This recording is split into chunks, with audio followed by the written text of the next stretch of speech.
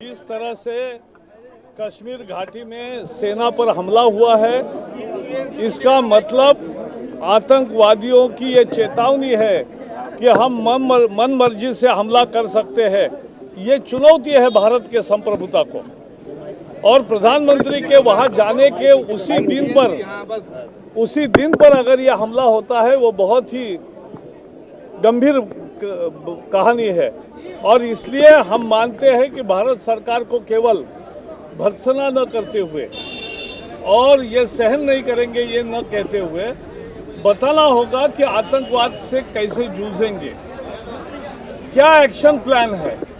Action plan देना पड़ेगा आपको कि आतंकवाद और नक्सल की चुनौतियों का कैसा सामना करोगे बिना राजनीति के। क्योंकि आतंकवाद की बात आती है तो अफस्पा की बात निकालते हो, तो इसका मतलब सेना के मनोबल को गिराने की बात करते हो। सेना मुस्तैदी से काम कर रही है, उनको काम करे देना चाहिए।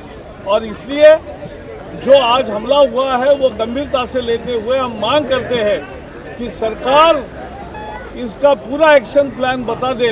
ये विषय हम आने वाले अधिवेशन में उपस्थित करेंगे, दोनों चुनौतियों का, नक्सलवाद का भी और आतंक का भी, क्योंकि आतंक अभी देश से समाप्त नहीं हुआ है। सर, अफगानिस्तान में हुआ है, राष्ट्रपति भवन कर लिया। अफगानिस्तान की वहाँ की जो राजनीति, जैसे अमेरिकन सेनाएं वापस जाएगी तो तालिबान पूरी तरह से हावी होने के प्रयास करेंगे, ये सबको मालूम है।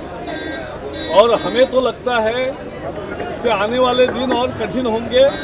और भारत के लिए परेशानी की बात यह है कि अगर तालिबान अफगानिस्तान में हावी हो जाते हैं, पाकिस्तान में उनका दबदबा पहले से ही बढ़ा है, तो भारत को निश्चित रूप से तकलीफ बढ़ेगी। और इसलिए अफगानिस्तान में जो हो रहा है, जो भारत में हो रहा है, जो पाकिस्तान में हो रहा है, उस सब को समझते हुए भारत को एक मुस्तैद राजनीति कायम करनी पड़ेगी, एक रणनीति कायम करनी पड़ेगी। और उस रणनीति की घोषणा करे सरकार, यह हम मांग करते हैं। शिवसेना ने वित्त मंत्री को भी डेलीगेशन मिलेगा और भी कार्यक्रम होंगे, क्योंकि यहाँ चीज़ों के दाम बढ़ रहे हैं और रुपये का दाम घट रहा है। रुपये के दाम घटने से सारे आयात की कीमतें बढ़ती है। इसलिए आज सीएनजी के दाम बढ़े, जैसे आज पेट्रोल डीजल के दाम बढ़ते रहेंगे और खाद के दाम बढ़ेंगे किसानों के लिए। और खाद्यान्न तेल भी आधा खाद्यान्न तेल देश में आयात होता है, उसके भी दाम बढ़ेंगे। बहुत सारे कंपनियों के बैलेंस शीट गड़बड़ा जाएंगे और इसलिए निवेशकों का उसमें भी नुकसान होगा। और इसलिए ये हमारे भारतीय जनता पार्टी ये विषय लोगों में ले जा रही है और ये मेहनत लगातार करेगी कि कैसे कांग्रेस ने पूरा भट्टा बिठाया, न रोजगार दिया, न राहत दी, महंगाई दी, बेरोजगारी दी, भ्रष्टाचार दिया और अब रुपए की कीमत भी गिरा दी। तो ये कांग्रेस की कहानी है। सर, उत्तराखंड में नेताओं को रोका जा रहा है, लेकिन पूरा सेना को लगाया गया है। नहीं, इसलिए देश देख रहा है कि हम तो उत्तराखंड के त्रासदी में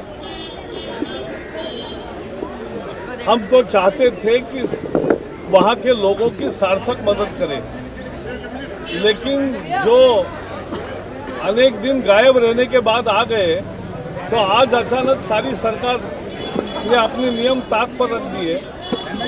दूसरे मुख्यमंत्रियों को जाने पर जो टिप्पणी कर रहे थे, अब उनको क्या कहना है, ये हम पूछना चाहेंगे। और इसलिए कोई भी वहाँ जाए, बाधा न पहुँचाते हुए देखे, उसमें किसी को आपत्ति नहीं होनी चाहिए। और सेना आज जो काम कर रही है, उनको 2 दिन में सफलता मिले, यही हम प्रार्थना करेंगे। गुजरातियों को बचाया है, यह हद हो गई। ये सामना में लिखा है उन्होंने आर्टिकल। नहीं, उस आर्टिकल को मराठी में ठीक तरह से पढ़ो तो आपको समझ आएगा। सर, सुप्रीम कोर्ट में एफिडेविट दिया है राज्य सरकार, केंद्र सरकार ने। सुप्रीम कोर्ट का कहना है कि राहत और बचाव का कार्य ठीक से नहीं चल रहा है। टिप्पणी की है राज्यपाल ने भी निशाना साधा। नहीं, तो राज्यपाल और उच्चतम न्यायालय जब कहते हैं तो कांग्रेस की क्या व्यवस्था है, दुर्वस्था है, वो सामने आई है। और इसलिए हम चाहते हैं कि ये आखिरी आपदा हो, ऐसा आपदा प्रबंधन कि जिसका 10 साल से बना है लेकिन कुछ काम नहीं हो रहा है, ये नहीं चाहिए। हमें एक मुस्तैदी से नई कार्य योजना चाहिए कि ऐसी प्राकृतिक आपदा में भी कम से कम नुकसान हो और सब लोगों को बचाया जा सके, ये काम होना चाहिए। अभी तक इस सरकार को पता भी नहीं कि कितने लोग मरे, उनके शव कहाँ है, ये भी पता अभी नहीं। कार्यालय पहुंचेंगे होगा और साथ में जो तकिया लेके आए हैं ये हमें उन तकियों को साथ में ले जाएंगे।